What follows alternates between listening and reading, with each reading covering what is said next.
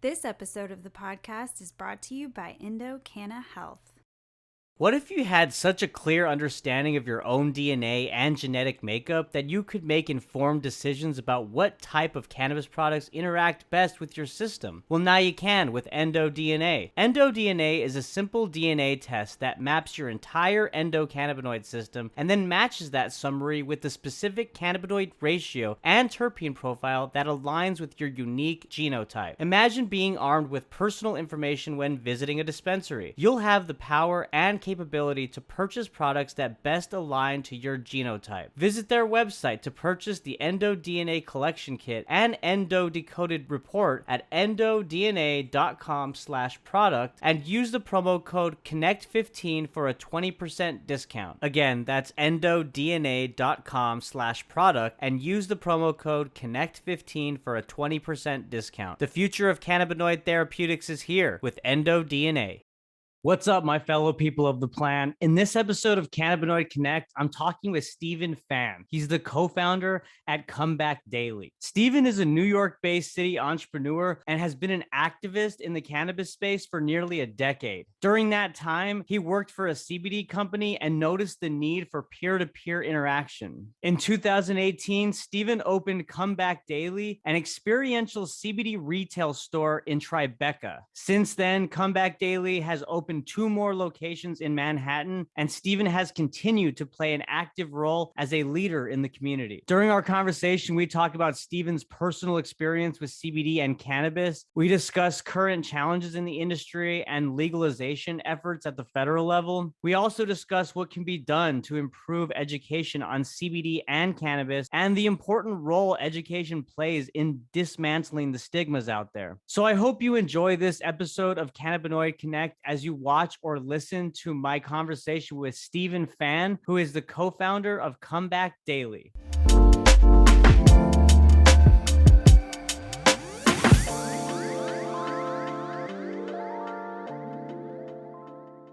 Stephen Phan, what's going on, man? Hey, what's up? Thanks for having me on the show. Of course, of course. Thank you so much for making time for me in the audience today. Stephen, you are a New York City-based entrepreneur, and you've been an activist in the cannabis space for nearly a decade. So my first question to allow the audience to get to know you and your background, why are you so passionate about the plant? It actually goes pretty deep. I've been passionate about plant at a very young age. I grew up finding out that I was allergic to alcohol. I was maybe, 13, 14 years old when I was experimenting with I actually remember what it was. It was like a Smirnoff Ice Uh-huh. glass You, bottle. you got iced. Yeah, I got iced. I drank like maybe a third of it, and we took it from without parents knowing. I was with some cousins, and I just started turning like brick red, like everywhere. And so that was my first experience with it. And then, I you know, had I had a college roommate and friend that had the same thing. It was like an allergic reaction to alcohol where his yeah, skin turned red and you almost got like skin irritations, right? Like it itched and stuff. Is that what you experienced? definitely itched. Yeah, it was very, very similar. Like there's a lot of people that said like they're intolerant to it and they just pushed past it. But yeah, I was having like an actual allergic reaction to it. I would get anaphylactic, my breathing would close up.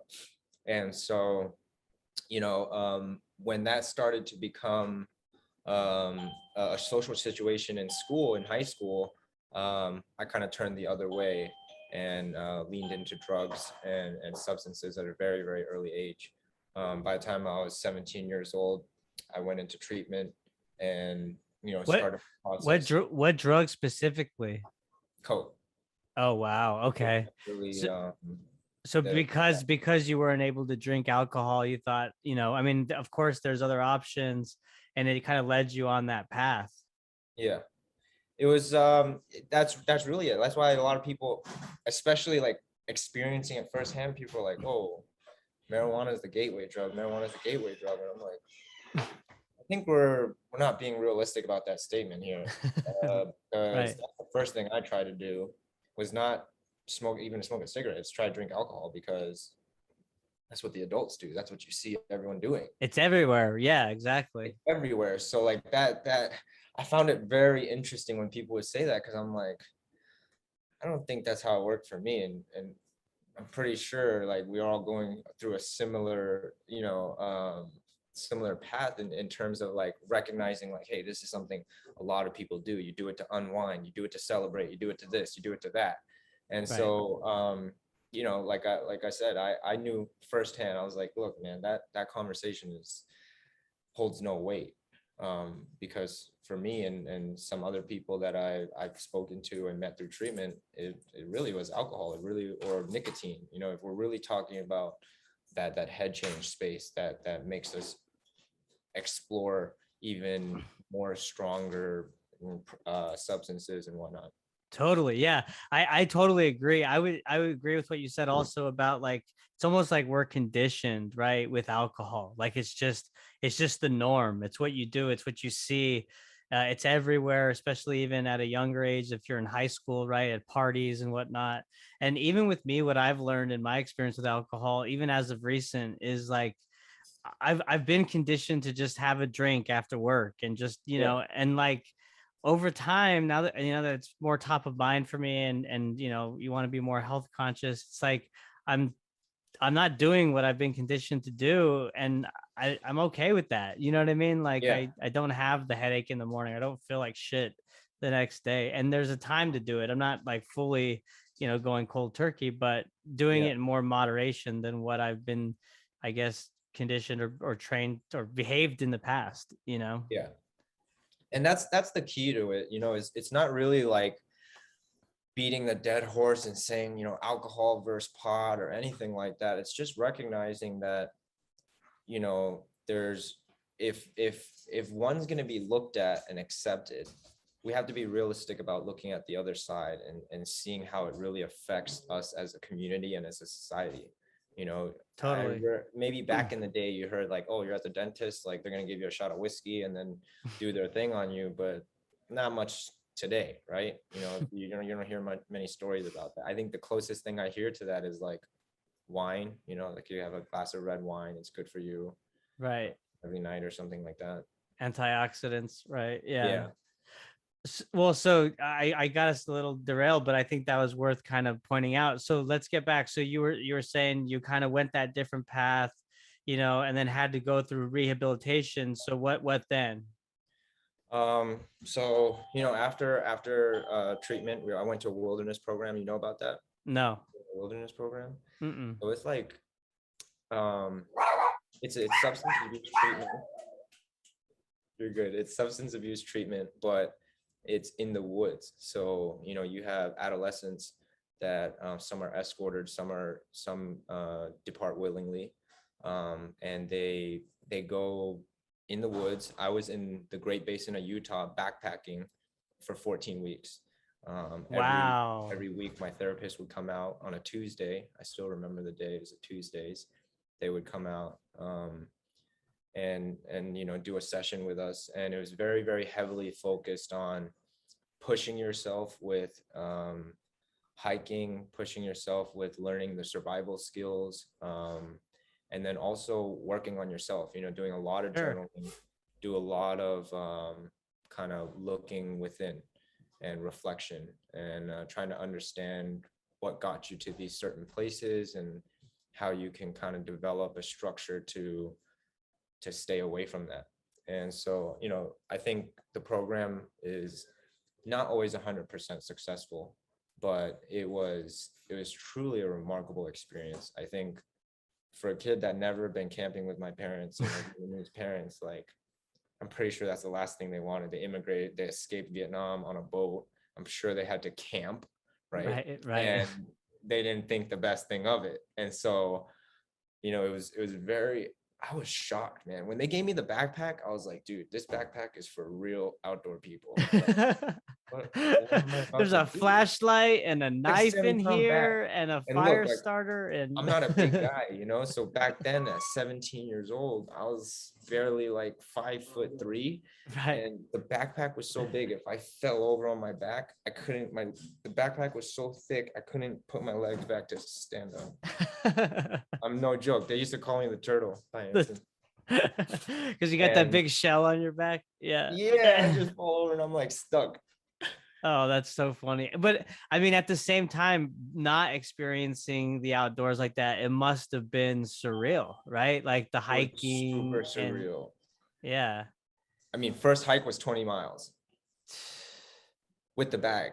20 and miles. and we're teenagers at the time, so we're like, no, I'm not doing this. And they're like, oh, if you don't do this, you're gonna hold the whole group back. And we have X amount of hours to get to base camp with sunlight to set up camp and set up dinner. So Accountability, right? Like just those lessons, like, hey, we got to make it, and you're slowing everybody down, and we all see it. So come on.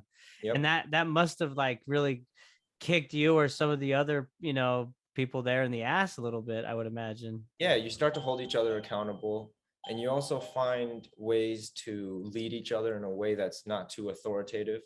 I think that's something that's important. An important concept in leadership is finding the right way to say things, Mm-hmm.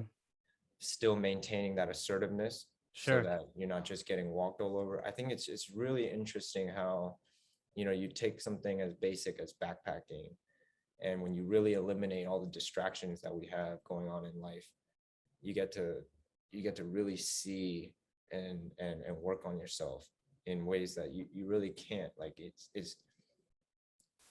it's a real like to disconnect like that is very difficult. The only thing that we had, actually the only thing that the staff had, was a satellite phone, and we knew that that phone, you were able to like reach the world, but that was it. They gave me a hacky sack, and I learned to have fun with that. Hacky sacking is fun. I mean, Hacky sacking is good, man. You ever played a really. game called Pelt? No, what's that? All right, so it's PELT.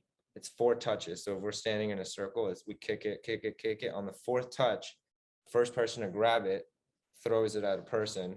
Like everyone bolts, runs away. Oh, that's I awesome. grab it and I throw it and I peg someone. If I peg you, you got to pee. And then once you get T, you're out. Oh, that sounds like a Yeah, lot of fun, man. it's a good Yeah. game, man. You do not want to get pegged, that's for sure. That thing can hurt. All Yeah, the so that experience, that was pretty much the bulk of my treatment process, that I talk about, that was really effective. I went through the wilderness program and then through a therapeutic boarding school program where, my graduating class was 10 dudes, very, very small right. senior class, and very, very intensive schooling.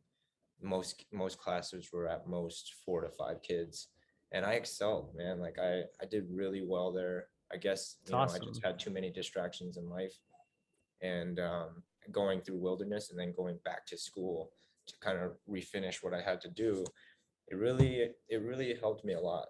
I always talk about the last part of the process, which is the solo. And what they do during the solo is they hike you out to your own base, and they leave you there with food, with everything you need for 4 days. And so they just bounce. They're within like reach if you need something, but they leave you alone. And at this point, I've already pretty much almost graduating the program, almost finished it. So Mhm. you're not going to run away. You're not like fighting them still. And you have some experience like being out in the wilderness too, I would imagine. Yeah, by then, I mean, Yeah. they had different phases. Most of the kids at that phase were able to bust a fire with a bow and drill in 3 seconds or less. We're able to pitch our own tent with a tarp. We never had an actual tent. It was just a tarp, and they taught us how to make different things based on the weather, based on whatever survival we needed at the time. Because I was there through basically like end of summer, winter, a fall, winter. Like I remember sleeping in the snow and just being like, "Yo, this is This crazy. is This is like some Bear wild Grylls. shit. This is wild shit." Yeah, like what am I doing? But it's good. It's working, right? Like Yeah, it's it yeah, was I'm great, man. I yeah. always say, if I can make, buku bucks in cannabis, I would like to recreate that system in a way that's a little more accessible to the rest of the world's families. You know, those programs right now are very expensive. Sure, I would imagine. Yeah. Yeah. So, well, I mean, that's a good segue, right? So, I mean, you go through that, you go through wilderness, you go back to school, you excel there, and then like, what do you just get this itch for entrepreneurship, and like, is that what led you into cannabis? And I've always known that this is where I want to be in terms of a career path, right? Because of that deep rooted passion and the the experiences that I went through. You know, even we didn't really get into it, but after treatment, I had returned to cannabis after about 3 years, and you know, the family took it very hard. At that time, they're not separating like the different drugs from each other. It's sure, just it's they're all all clumped into drugs. one. Well, We were, we're kind of talking about conditioned, right? With Schedule One, I mean, it's hard to have that discussion with people because they just see it as a Schedule One narcotic, and that's it. yeah. You know. And so, you know, it was very hard for my mom and dad and my family to see that like I was going back to this life, but I had a very different mental state, you know, having finished all this therapy and these programs, and I understood that it helped me in ways that they didn't fully understand. And so it put me in a very dark place. I was in California. I thought at that point like I'd done everything and it's still not really working out with family. So I was sad, you know, I was disappointed. I wasn't happy with life. Um, I tried to take my own life and did not succeed at that, thankfully. But Wow. after that, I moved to New York. I was like, I'm just gonna cut off family, friends, start over, do my own thing. And so, you know, when I landed here, that was a lot of people ask me like, "Oh, you're from the Bay Area? What do you like it better here, or you like better San Francisco?" You know, that's the always the question. I'm like, look, man, it's pretty much the same shit. I just miss weed. And so in 2009, 19 years old, here looking for work, I just knew like, you know, this is my life. You know, drinking is not for me, drugs aren't for me, and so pot is for me. And I know it's gonna change because in 1995, Prop 215 changed when I was 16 years old, Mhm. maybe younger. So You you saw know, it firsthand, yeah. I saw it firsthand. I experienced it firsthand. It's interesting because a lot of New Yorkers who saw legalization happen here, they told me, you know, like I never thought this would happen.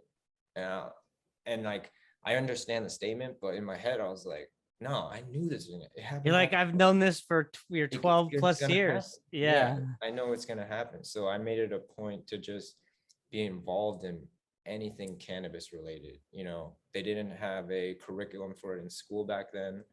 And so whether it was a podcast or a guest speaker from a law firm, from a venture capitalist group, an expert grower, an expert on, you know, social equity in cannabis, I made it a point to go, you know, 9 to 5 job, finish the work, chase these meetings.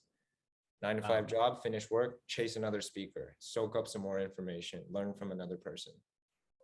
Wow. And I just kept at it. You know, I always wish there was like a more interesting, like, oh, I had this plan and I put it on the whiteboard. And I was like, dude, if it had to do with weed, I chased it.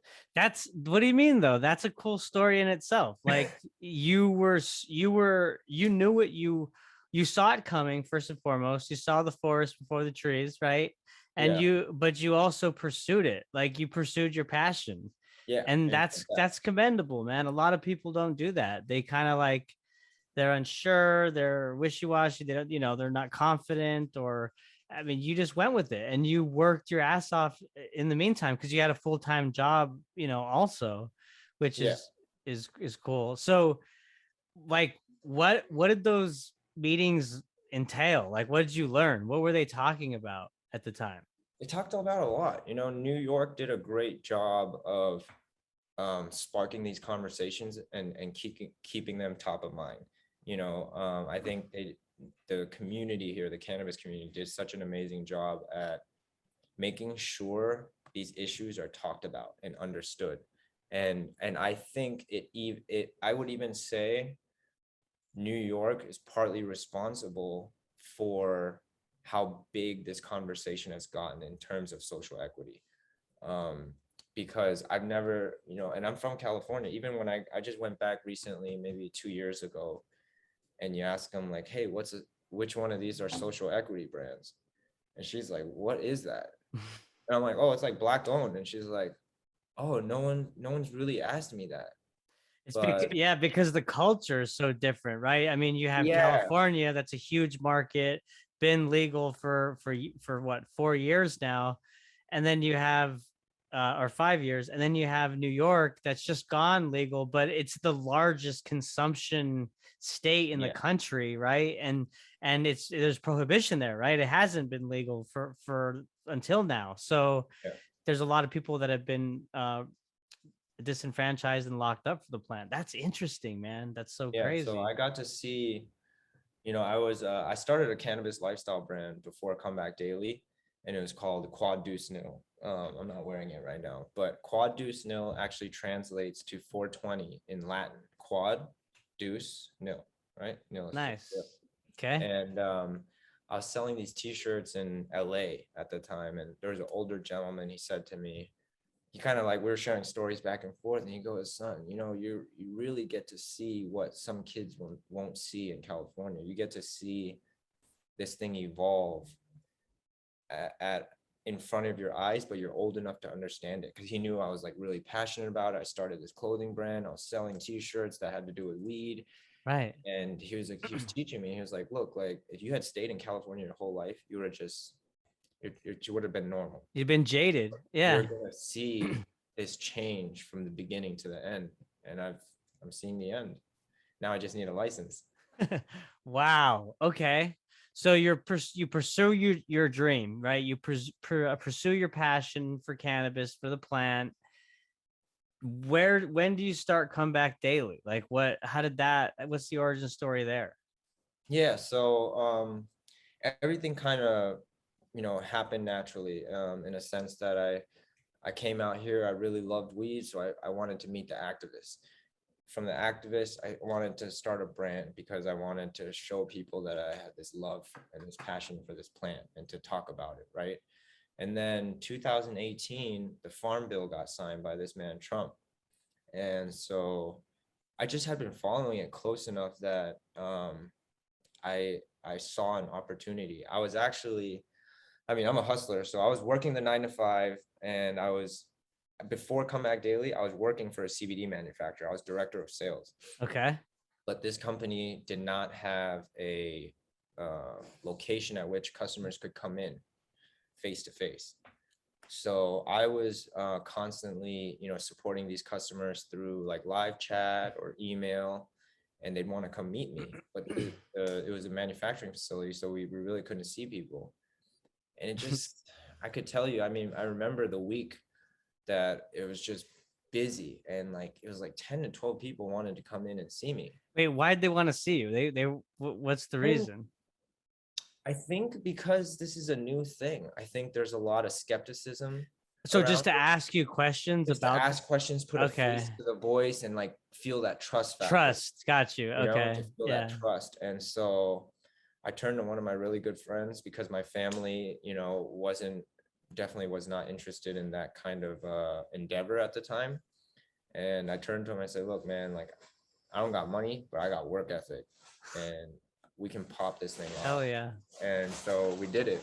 My business partner Wasim, my brother Sean, and one of his classmates Will. We all started working together. We become very close, and we just started going at it. We built out the first store in Soho, and that was probably our favorite store. It was the biggest.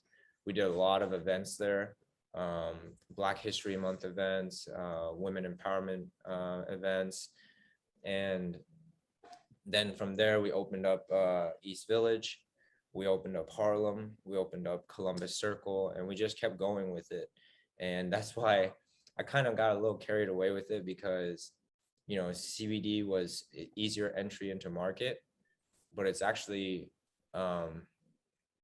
it's much harder to sell than pot. You're talking about a product that we have to like kind of teach people, like, Educate hey, what it is, right? Yeah. you don't got to educate them. They're just like, I want to buy it. Well, that's my question, right? So when you're opening up like that store in Soho, and then you mentioned the other stores that were expanded to, like, what was the reaction to the customers at the time? Because I mean, you mentioned the Farm Bill in 2018. I'm not sure when you opened those stores. What year was it?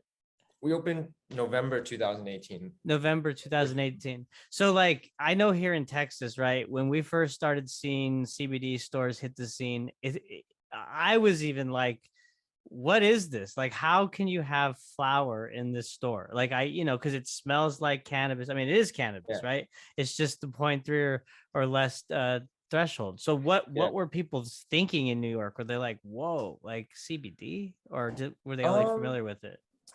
no, it was definitely a new thing. We were very strategic about how we like introduce things.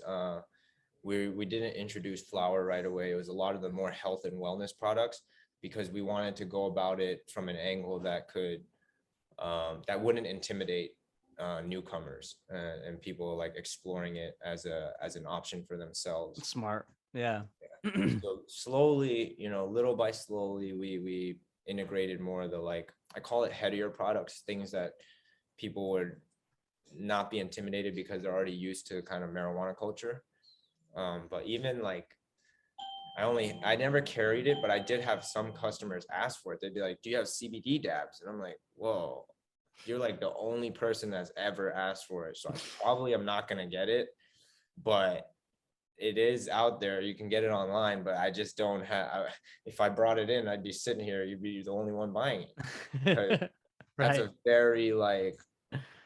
It's a How are you gonna niche get thing. like a Soho mom to dab CBD? You're It's not not. happening. No.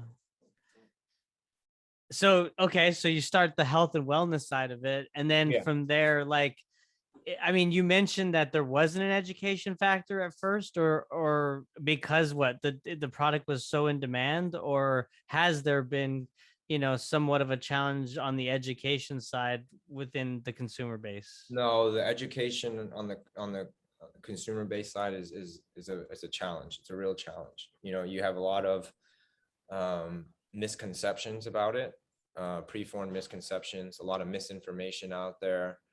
I think a lot of people are jumping too quick to say that it can cure all these different things, and I know a lot of it stems from like marketing strategies as well. And so it's definitely a challenge. You have customers even that don't understand the difference, for example, between like hemp seed oil and hemp extract, right? Amazon can sell you a 20,000 milligram hemp seed oil for like $25. And then they come in my store upset. They're like, well, why do you rob people like this? Why do you overcharge? And I'm like, what are you talking about? There's no way. Like, I'm the probably one of the more honest stores here. Like, tell me what the price is and I'll look at it and fix it. And then she shows me, I'm like, 20,000 milligrams. What the, I don't even, I've never even been shown this. And I'm like, Right. It's because of the mislabeling, right? And even like yeah, the lab shopping that's going on, where yep, the COAs are not reflecting the actual cannabinoid percentages and amounts within the actual product. yeah, yeah, that's right. And it's a problem, right? And what the real issue is that there's no consumer oversight from the FDA at all. No. I So mean, it falls on us. It falls on retailers to really build out the right look that's welcoming and trustable, and then providing that education, that thorough education, and that intimate care to really understand, like, okay, you know maybe you don't have one of these symptoms, maybe you're not dealing with pain, stress, or sleep, right? And if we are able to understand that, then look, as much as I want to make money and sell you CBD, you just don't have a need for it. So if you're going to sit there and keep taking it and say it's not working, well, look, it's got to work on something. And if you have nothing wrong with you, like I've had a gentleman come in and he's like, I'm older. My friend said I should be looking at CBD. I have a very active lifestyle. And I'm like, do you have pain? He's like, no, I'm very active. I'm still pretty strong. I'm like, oh, okay. I'm like, you're like stressed out, like anxiety? He's like, no, working out helps me with that. I'm like, all right, do you have sleep problems? He's like, no, working out, I sleep good. I think that Like, guy's I full of think you don't shit. have a need for this. Who doesn't have a sleep problem nowadays? I mean, I don't know, No, right? but I mean, you're right though, right? Like if you're coming in like you have no ailments that Yeah. CBD addresses, then what's the point of coming in and trying CBD? Yeah. So that's like a I don't get perfect it. example of seeing like he doesn't even really, I mean, from what I can gather from that particular, interaction with each other, he doesn't fully understand what it can do, and he also just wants to do it, or maybe wants to try and do it because it's like trending and everyone's talking about it. His friends are like, you should probably do it, and before even saying like, what's it do? Why should I do it? He's like in my store, like, hey, I think I need this. And I'm like, you sound like you're really healthy, man. Like you're more healthy than me. And I have all this CBD here. I don't work out. I don't do this. I don't do that. Like you're Right. doing pretty good. You're doing great. Yeah, exactly. And well, it's funny you say that because I just had a conversation with a family friend this past week and it went the different way. It was like, he was curious about why people take CBD, and he mentioned Yeah. that he had arthritis in his wrist, and and the soreness in his joints, and aches and pains. And so I mentioned, it's a great anti-inflammatory, right? Yeah. Like it helps with inflammation. And so and he's like asking about the different formulations, like the rubs or tinctures. And so it was beneficial that way. And so but then the other challenge is like, because like we mentioned, there's no enforcement of regulation. There's a lot of products, like you mentioned, the hemp seed oil from Amazon, like products that are just not high quality and not Yeah. what they claim to be. So it detracts a lot of consumers, right? Like, Yeah. It's like two steps forward, or one step forward, two steps back, and the two steps back, it's not always your fault. It could be another manufacturer's fault. It could be another retailer's fault. And that's what makes it so difficult, and I'm seeing it more as we talk. It's like it's that trust factor, you yeah, know.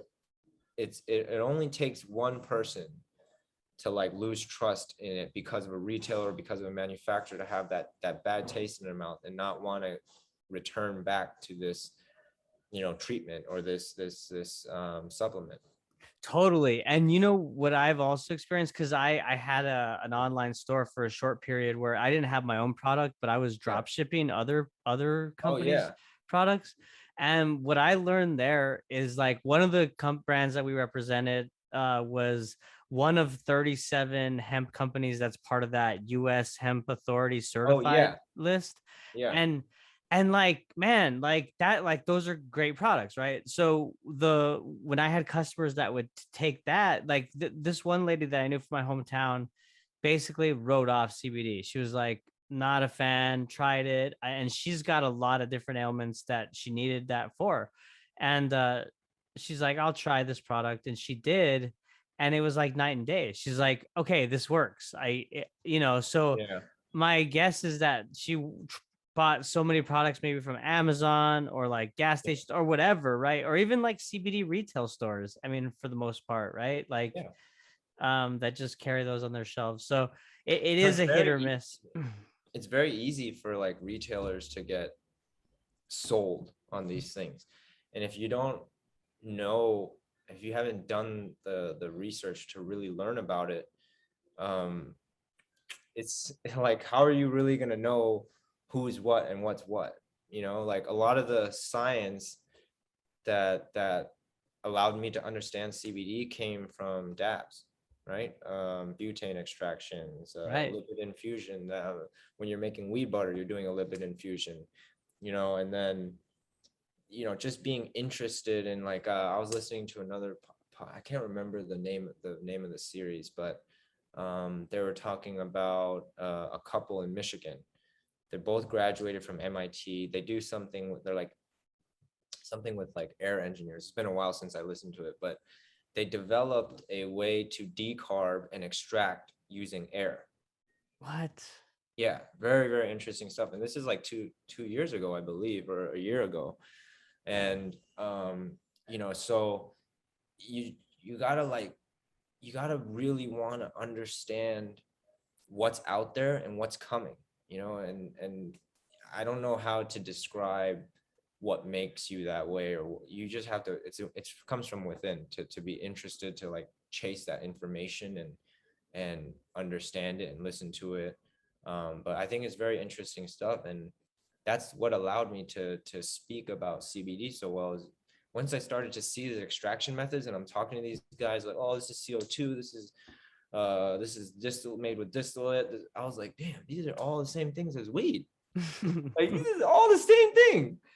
And then it's like, man, this is really easily translatable. And so it was super easy for me. Like, and especially working for that company as a director of sales and seeing all the manufacturing and how the different products are made, how the gummies are made. I was like, dude, this is cake.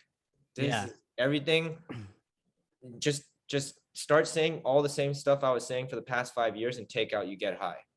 Da da Yeah. da da. It helps you. It can help you Hold my beer. take out to get high. But do you get high? No. Right. It's the same conversation. No get high.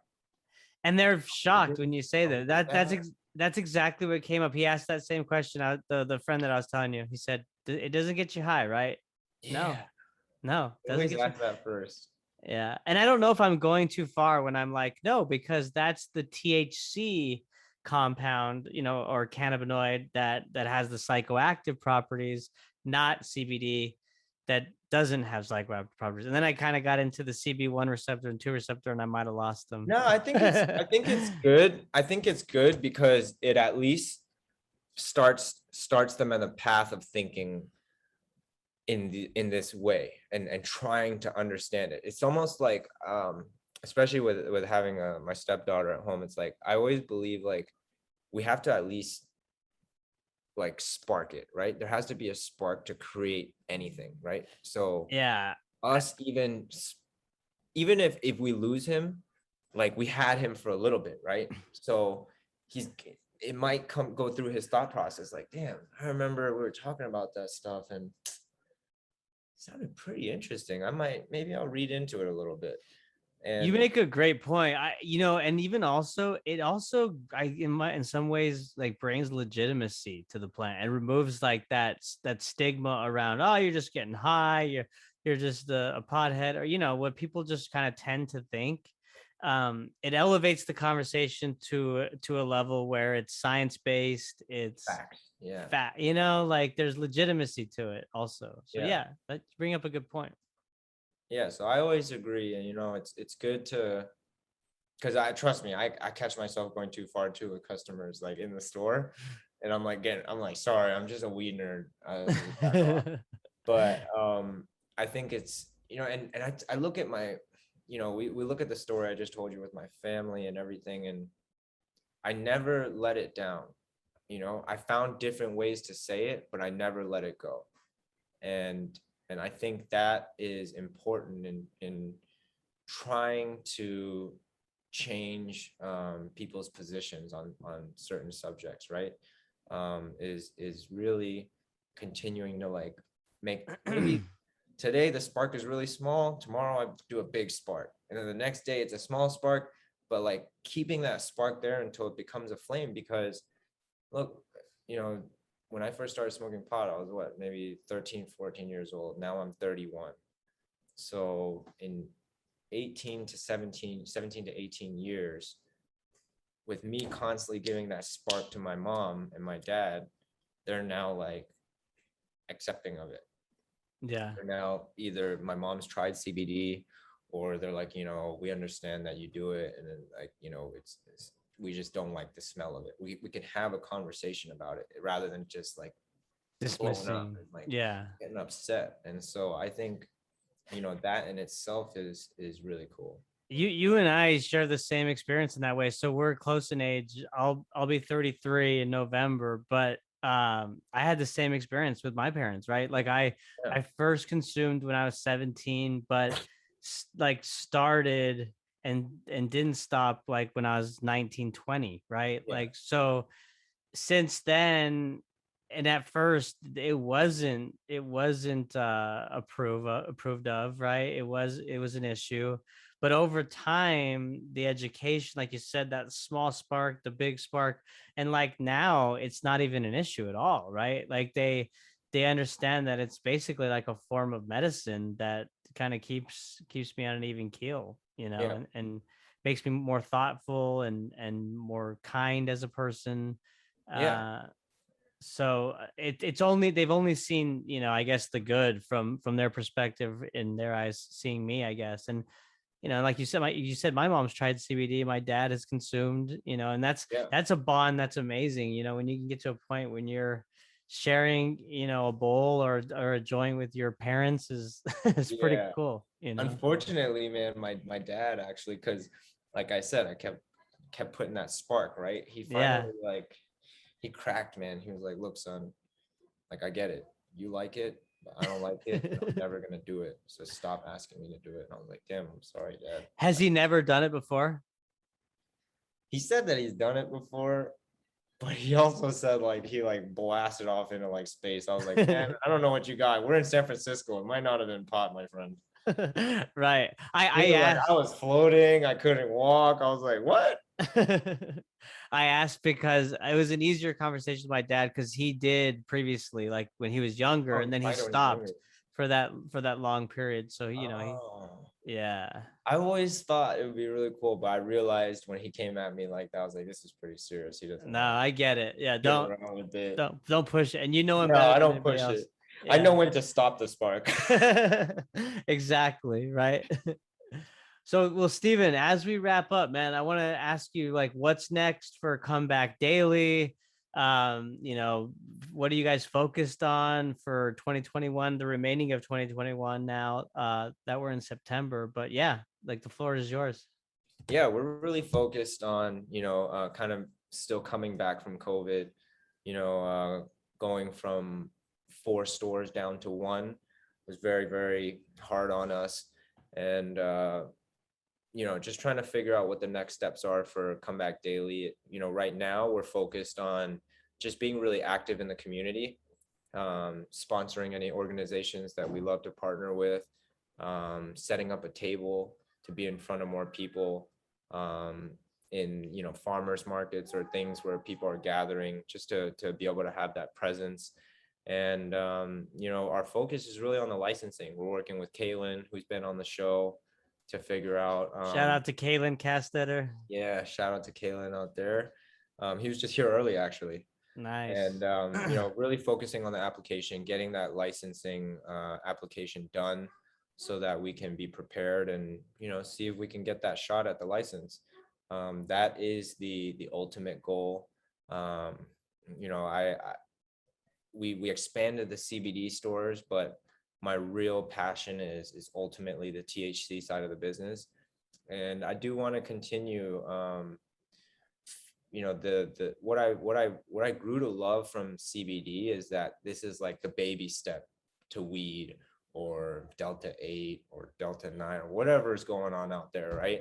It's the baby step. And so I've learned to really cherish that. And no matter how difficult it got or how stressful it was with compliance changes, or they shut down credit card processors at one time for all CBD. It doesn't, those problems don't outweigh the reward of seeing people benefit from it. Seeing people even come in the store, like just not wanting to hear a minute of an explanation about what it can do. And then you let them try it. That was the key to Comeback Daily. Is I was like, look, I could never have given someone an edible, a topical, maybe they get high from it, they'll freak out. So you can't do that. So finally I was like, look, you can try everything in the store. Everything. You want to eat it, you want a suppository, you want an edible, you want to smoke it, whatever, we got it. And that's what it was about. Was just, how do I find one of everything so that no matter who walks in here, they can say, oh, I like honey, I'll try it that way. Oh, I like chocolate, I'll try it that way. Oh, I love bath bombs. I'm not ready to like ingest it, but maybe I'll try like a bath bomb that sounds fun. We have it, so that's how I kind of went about things, is like, how do we get people who aren't familiar with this to relate to it and somehow to let their guard down and then try and experience it. That is a really, really good way and great approach into this market. And I say that because it the consumer base is so diverse, right? Like, you've got your dabbers, you've got your, Blunts old, only. oh yeah, blunts only. You got your older, patients. You have your older generation that uses rubs and topicals. You Yep. have people that Pills. don't like smoking it, so they like to use the tinctures, right?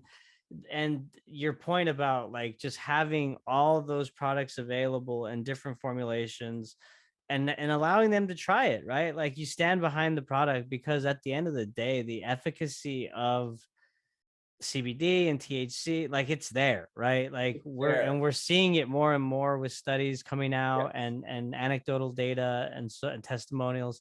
So why not, like, let them try it? And yeah, and it seems to be proven good, because no pun intended, they're coming back daily. What would you Back say? daily, man. That's right. That was the reason why you named that Of the course. company, right? It's Come the back. best. I Right. still remember it. It will always put a smile on my face, because in like the first week of business, we're very like motivated, and we got our script for the welcome. And then when people leave, we say, thanks, come back daily. And they're always at the door, like chuckling. And it's great. I mean, it's been such a fun experience. We've gotten to do so much. I gotten to take everything. I always say, like, I learned everything from the grassroots, right? From the ground up, from the grass up. And I get to apply everything I learned from the activists, from the successful business people that I've heard speak, um, and apply everything from business concepts to planning to even being socially equitable and supporting minority brands. All these things I learned from the community, and it's awesome to be in a position where I get to apply those things and continue bringing those conversations to light. That's so awesome, Steven. Well, I got to tell you, man, keep hustling, keep learning, keep educating. What you guys at Comeback Daily are doing is great. And, I'm rooting for you, man. I hope you get that license as well. Thanks. If I get that license, you come by with smoke. Let's do it, man. We'll celebrate. Yes. Oh, yes. And I like it. we'll get Kaylin to be there also. Oh, of course. Hey, well, before we wrap up, where can people find your social media and website to learn more? So you can find me personally at Phan, Phan, like Nancy _ Phan Man. And then the business, Comeback Daily, COMEBACKDAILY. And if you have any printing needs, we started a printing company about 6 months ago, Bodega Inc., very New York. Bodega, BODEGAINK, like ink in a pen. And so, yeah, it's been, everything that we do is, either related to the cannabis industry or ancillary to the cannabis industry. That's what I enjoy the most. Love it. Chasing your passion, my man. Well, hey, I appreciate your time. Really, really enjoyed the conversation. So thanks again. Thank you. I hope you have a good evening. Yes. And thank you all for listening. Bye. Bye, everyone.